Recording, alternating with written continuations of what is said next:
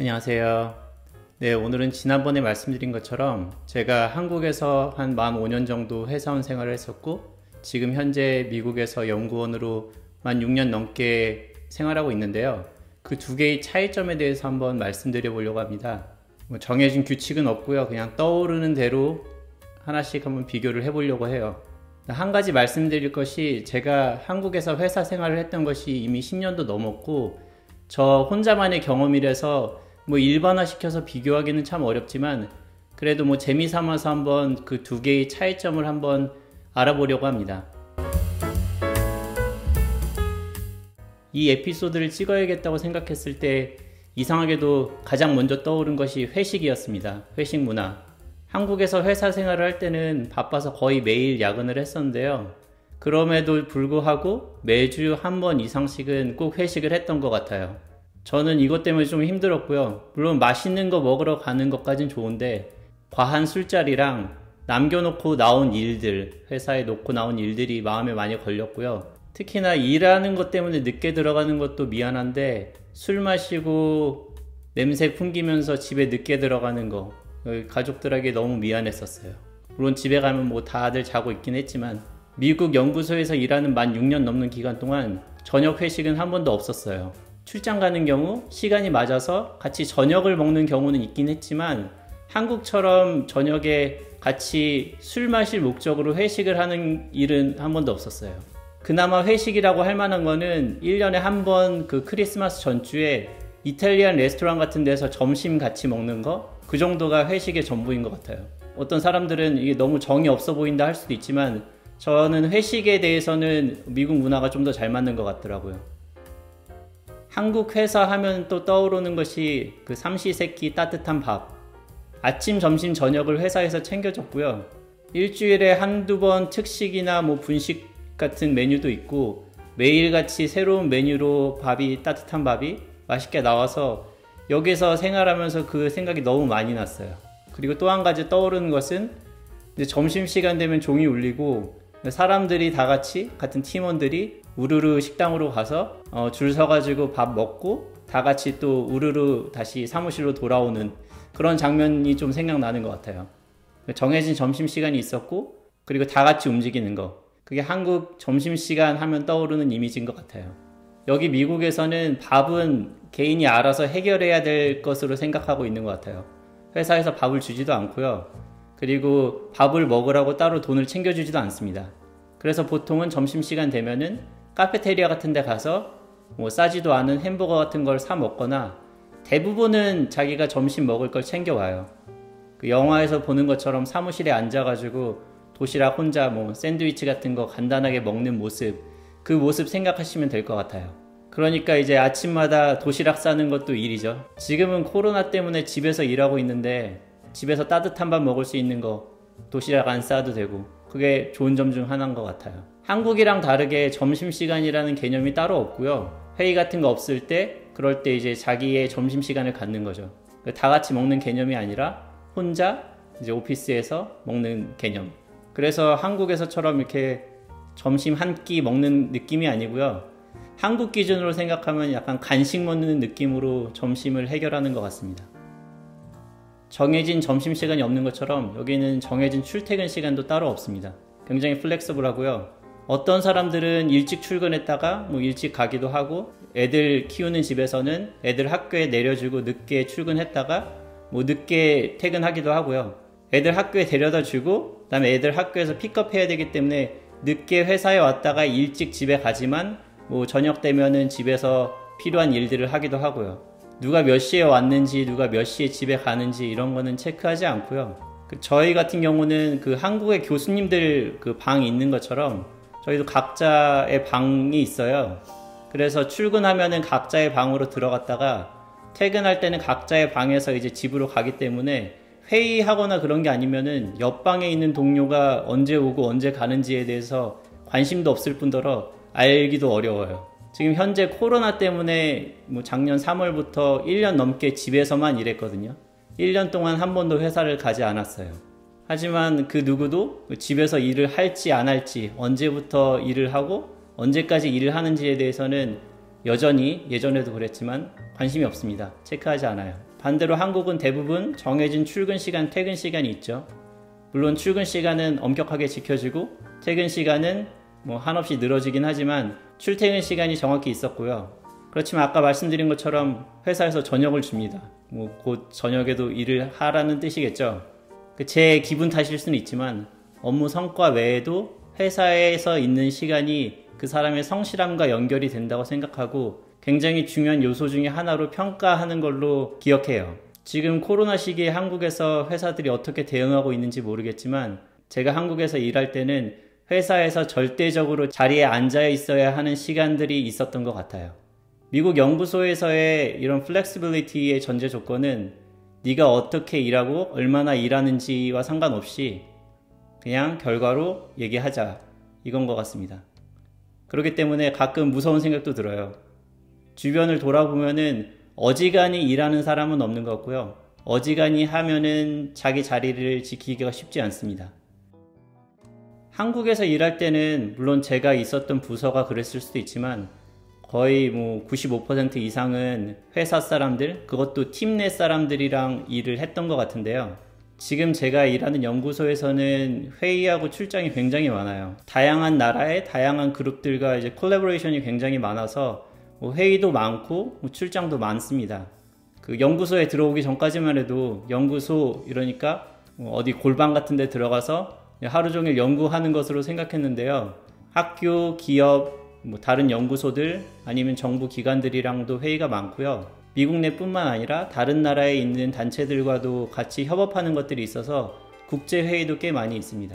출장도 많아가지고 코로나 전에는 다양한 곳으로 한 달에 한 번꼴로 출장을 갔던 것 같고요. 많이 가는 때에는 한 달에 반 이상을 호텔에서 보내기도 합니다. 한국에서도 요즘에 화상통화로 회의하는 경우가 많은 것 같은데요. 코로나 전에도 이런 다양한 미팅을 해결하기 위해서 이런 온라인 미팅룸을 이용해서 정해진 시간에 사람들이 들어와서 같이 회의하는 경우가 꽤 많이 있었어요. 매번 출장을 갈 수 없기 때문에. 한번 출장에 대해서도 한번 얘기를 해볼게요. 한국이랑 굉장히 달라요. 팀에서 한 10명 정도가 같이 출장을 간다고 해볼게요. 한국에서는 우선 일정을 같이 정하죠. 언제 가야 되는지. 그리고 같이 이동할 수단을 같이 정합니다. 만약에 차를 타고 간다면은 같이 이동할 차를 섭외하죠. 기차든 비행기든 같은 시간에 같은 기차나 같은 비행기를 타고 움직이죠, 보통은. 그리고 정해진 숙소로 들어가는데 보통은 특별한 이유가 없으면은 같은 숙소를 정해가지고 거기서 같이 생활을 하죠. 한국에서 일할 때 출장 가거나 야유회도 심지어 이런 방식으로 많이 정해졌던 것 같아요. 그리고 제가 일할 때뿐만 아니라 미국에 와서도 한국에서 오신 분들은 학회 같은 데서 만나게 되면은 보통은 같이 움직이시더라고요. 같은 곳에서 머무시고. 미국 연구소에서는 비슷한 그런 출장의 기회가 있다고 하면요. 10명 정도가 같은 팀에서 어디 같은 장소로 출장을 가게 되는 경우에 그런 경우에도 보통은 각자 움직여요. 자기가 자기 차를 타고 혹은 택시를 타고 공항까지 가고 자기가 예매한 비행기를 타고 자기가 예매한 호텔로 가죠. 그래서 우연히 비행기나 호텔에서 마주칠 경우가 있긴 한데 애초에 같이 간다는 생각 자체를 안 해요. 가서도 각자의 일정에 따라서 움직이고요. 일주 정도 같이 출장을 가게 되면은 그 중에 하루 정도 같이 저녁 식사를 하기도 하지만 그거 외에는 각자가 움직이는 것 같아요. 식사도 각자 하고요. 학회나 미팅을 가서도 같이 모여 다니지 않고 가능하면 이제 새로운 사람들 만나려고 이제 좀 돌아다니는 것 같아요. 저는 그 흔한 어학연수도 한번 안 해봤고요. 미국으로 유학 온 게 제 인생에서 처음으로 미국 땅을 밟아본 거였어요. 그래서 처음에 미국행 비행기를 타는데 다양한 인종이 그 비행기에 있는 것을 보면서 약간 헉 하는 생각이 들면서 아, 내가 이렇게 새로운 곳으로 가는구나 하는 걸 실감할 수가 있었는데요.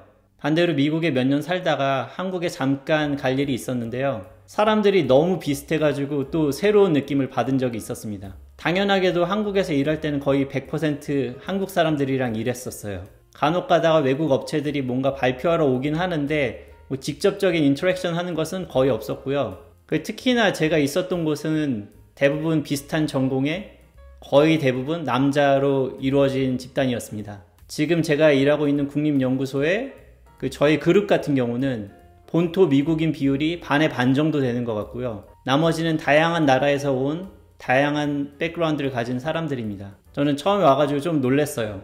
미국의 국립연구소라고 하는데 이렇게 미국인 비율이 낮아도 되나 하는 생각이 좀 들었었거든요.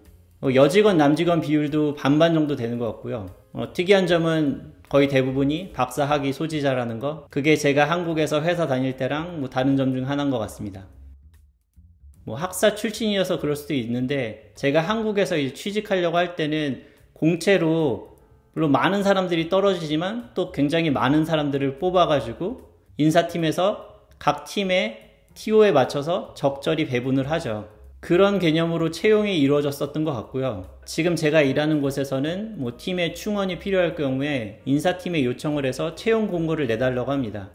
그리고 저희가 이력서를 검토해서 그 중에 몇몇 뭐 전화 인터뷰를 하거나 아니면 직접 인터뷰를 해서 최종 합격자를 뽑아요. 저희가 인사팀이 하는 거는 서류 작업을 하는 거죠. 제가 한국에 있을 때 자동차 회사 다녔었다고 말씀드렸었는데요. 회사 생활하면서 보람됐던 순간들은 이제 아주 작은 부분이긴 하지만 제 손을 거친 자동차가 이제 길에서 다니는 걸 봤을 때, 그때였던 것 같아요. 회사의 존재는 보통 고객에게 좋은 상품을 전달하기 위해서 있는 거죠. 연구소에서는 논문이랑 그 다음에 제가 한 일에 대한 발표하는 거, 이 두 가지가 제가 한 일에 대한 결과물입니다. 열심히 일하는 거 굉장히 중요하지만 논문으로 성과를 낼 수 있어야 돼요. 한국에서는 야근을 강요받았었어요. 심지어 제가 일을 다 끝낸 경우에도 집에 못 가는 경우가 많았어요. 이 부분에 대해서 나중에 기회가 된다면 할 말이 꽤 많습니다. 미국 연구소에서는 출퇴근 시간이 플렉시블 하다고 말씀드렸는데요. 대신에 성과는 알아서 내야 됩니다.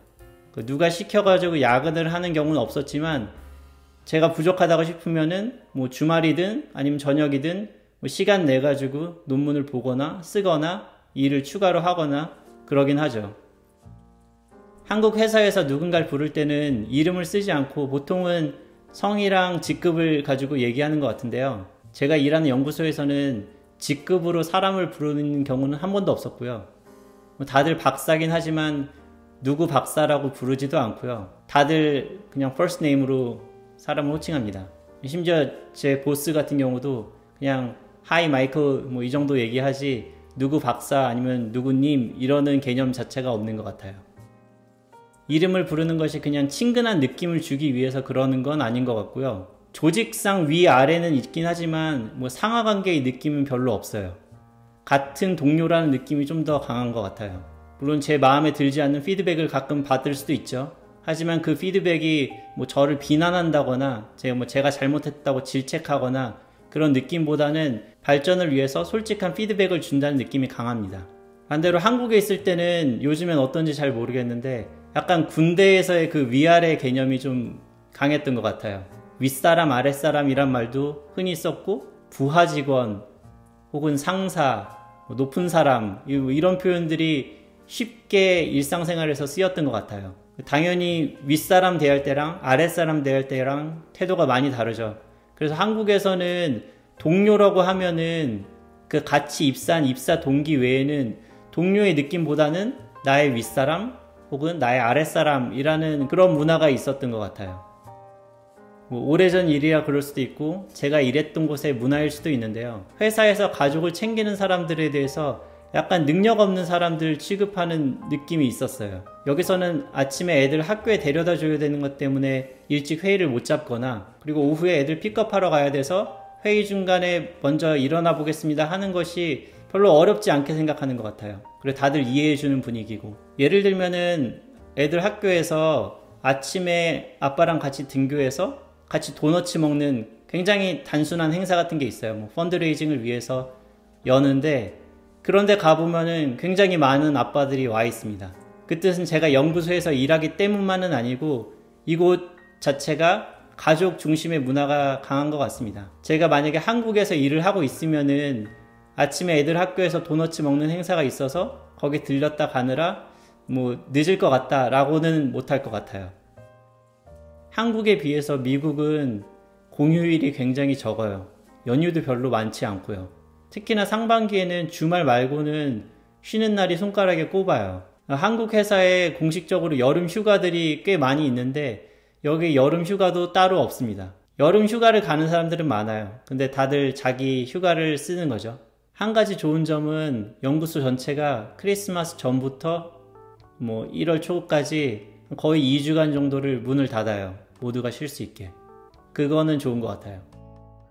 한국 문화라 가능한 것이 바로 경조사를 챙기는 것. 특히 안 좋은 일이 있을 때 한국 회사들이 좀 적극적으로 직원들 및 가족들을 챙겨주는 느낌을 많이 받았어요. 공식적으로 사람들을 보내서 좀 도와주기도 했었고요. 그런 문화는 여기는 없습니다. 무슨 일이 있으면 자발적으로 조금씩 모아서 도와주긴 하지만 회사 차원에서 공식적으로 챙겨주는 건 없습니다. 오늘 한국 회사원으로 사는 것과 미국에서 연구원으로 사는 것의 차이를 제 경험을 바탕으로 말씀을 드렸는데요. 굉장히 시시콜콜한 것까지 다 얘기했기 때문에 더 이상 얘기할 것이 없을 것 같지만 혹시 생각나는 것이 있으면 잘 정리해 두도록 하겠습니다. 제가 프롤로그에서부터 미국 유학에 대해서 좀 장밋빛으로 많이 표현을 한 것 같아요. 아무래도 여기 방문하시는 분들에게 꿈과 희망과 정보를 전달해 드리려는 목적으로 이 채널을 만들었기 때문인데요. 그래도 균형 있는 시각을 전달하는 것이 제가 해야 할 일 중에 하나라고 생각해서 다음 편에는 미국 유학 및 정착에 대한 리스크들에 대해서 한번 말씀드려 보려고 합니다. 이미 미국 유학에 대해서 걱정을 충분히 많이 하고 계신 분들은 다음 편을 스킵하셔도 될 것 같아요. 그럼 다음 시간에 뵙도록 하겠습니다. 감사합니다.